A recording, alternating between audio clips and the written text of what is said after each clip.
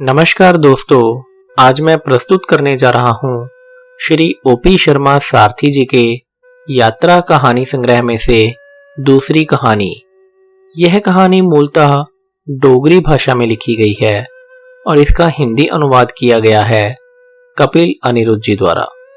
इस कहानी का शीर्षक है भय। तो आइए सुनते हैं कहानी। मैं उसका किराएदार था और वह मेरा मकान मालिक। कहने भर के लिए वह मकान था, परंतु देखने और रहने के लिए किसी खोखे से भी गया गुजरा।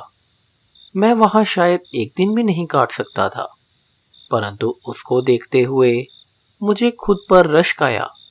सोचा, यदि मकान मालिक की यह हालत है तो मेरी तो इससे बेहतर है। मैं दिन काटने और रातें गुजारने लगा। मुझे खुद पर बड़ी हैरानी होती जब कभी वह तिकोना सा सीलन भरा कमरा मुझे बड़ा शांत, सुखमय और गनीमत महसूस होता। पर कभी लगता अभी इसी क्षण खड़े खड़े ही कमरे को त्याग दूं। दो बराबर के सांझी दीवारों वाले कमरे थे। एक में वह खुद सिर छिपा कर रह रहा था और दूसरे में मैं टिका हुआ था। सामने एक कमरा था। उसके कहने के मुताबिक वह कमरा भी उसके पूर्वजों की विरासत थी। मैं बहुत बार महसूस करता कि वह आते जाते उस कमरे को, उस कमरे के दरवाजे को, दरवाजे पर लगे ताले को रुककर जरूर देखता। बहुत बार मेरे भीतर यह उम्मीद जागी कि वह दरवाजे को खोल देगा, पर यह चमत्कार कभी नहीं घटा।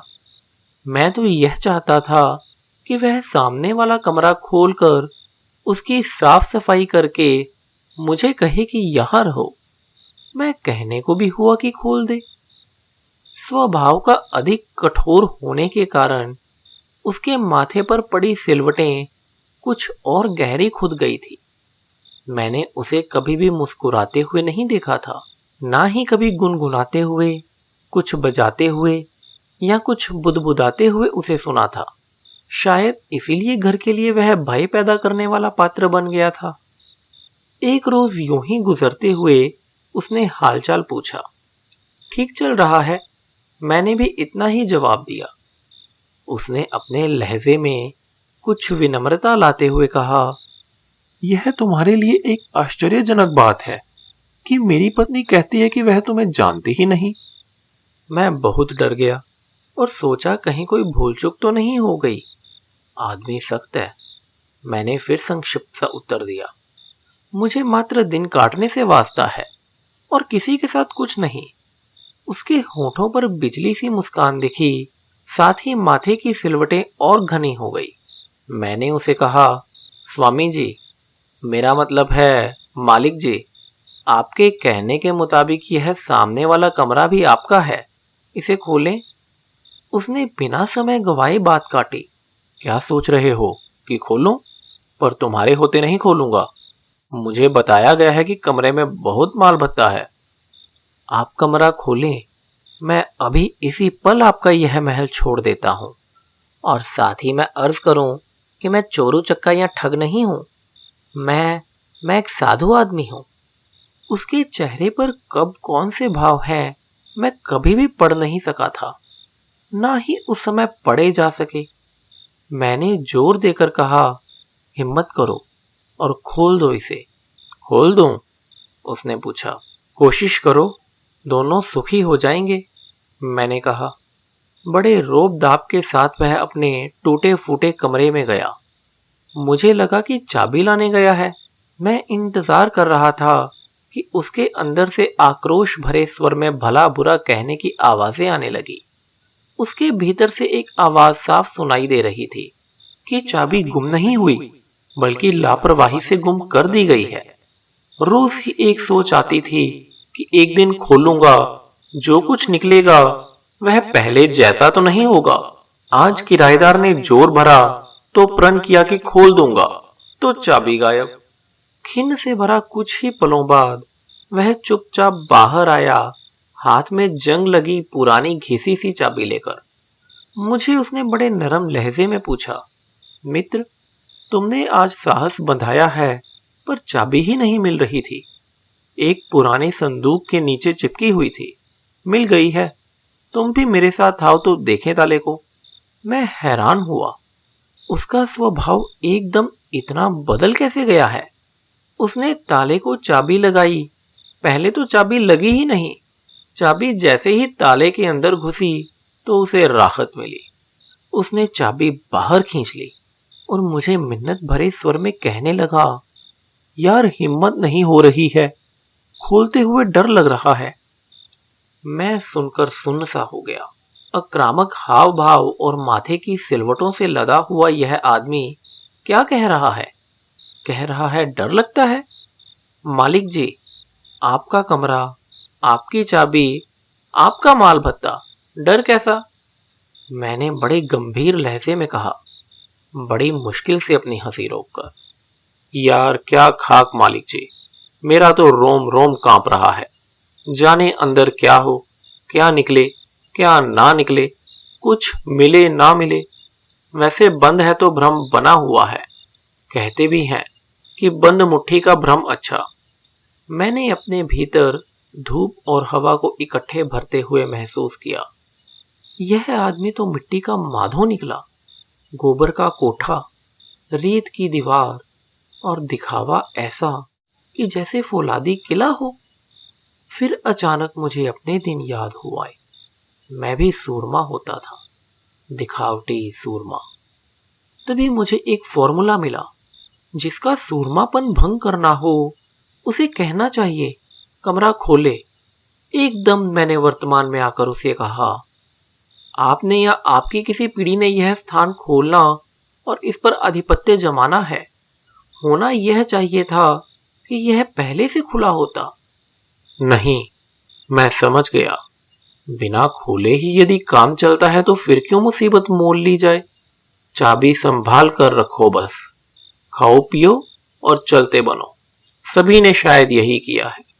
उसने खुद को आश्वासन देते हुए कहा। मालिक जी, ताला खोलो, मैंने कहा। तुरंत ही उसने शर्त रखी, पहले तुम्हें आगे होना पड़ेगा। विचित्र बात है, कमरा आपका, मालिक आप, आगे मैं चलूंगा। चलो, यदि मैं चला भी तो आपको जो सुनाऊंगा या बताऊंगा तो आप झूठ ही मानोगे, इसलिए आप ही आगे चलो, मैंने कहा। नहीं, तुम जो कुछ कहोगे मैं मान लूंगा, पर पहले तुम। मुझे डर लगता है। जो कुछ अंदर है मालिक जी, वह मैं आपको अब भी सुना सकता हूं। सुनाता क्यों नहीं कि इस कमरे में क्या है? उसने जोर से कहा। आपने और डर जाना है, आप खुद ही देखो। आखिर मालिक साहब ने जोर लगाया। ताले को बहुत जंग लगा हुआ था, खुलने का नाम ही नहीं ले रहा था। मालिक ने चाबी को बुरा भला कहा और चाबी को दूर दे मारा। यार ताला तोड़ते हैं। जरूर तोड़ो स्वामी जी, मैंने कहा। उसने पत्थर नीचे रखा और ऊपर से पत्थर दे मारा। ताले के 3 हिस्से दूर जा पड़े।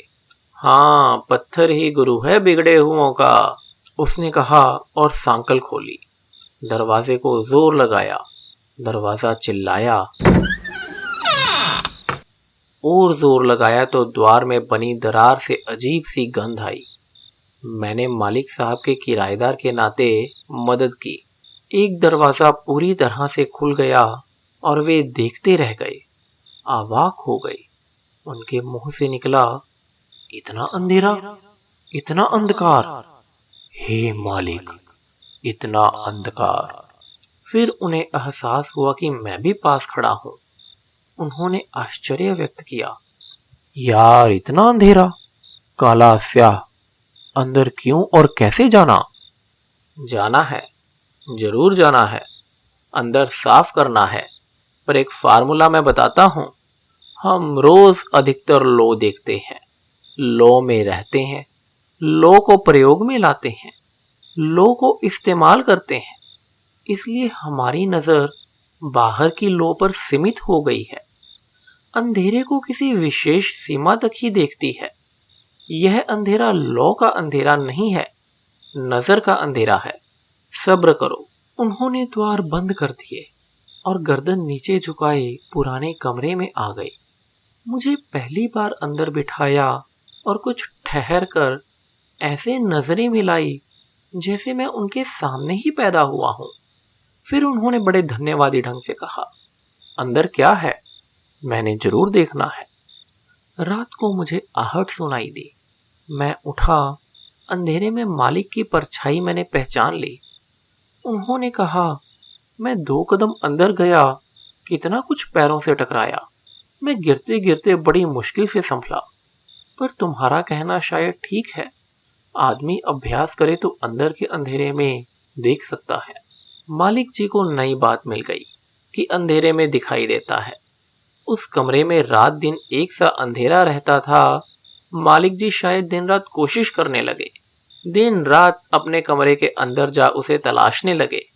फिर उन्होंने अंदर के द्वार बंद कर लिए। एक रोज उनकी पत्नी मेरे पास आई और कहने लगी, कई दिनों से वे अंदर बंद हैं। कभी डर जाते हैं, कभी हंसते हैं, कभी लो लो कहकर चिल्लाते हैं, कभी उन्हें आवाजें सुनाई देती हैं। आज उन्होंने जोर से कहा, किराएदार को रखने की कोई जरूरत नहीं है, वह किराएदार नहीं है, उसे निकालो, मकान से निकालो। अब तुम मकान छोड़ो और चलते बनो। धन्यवाद।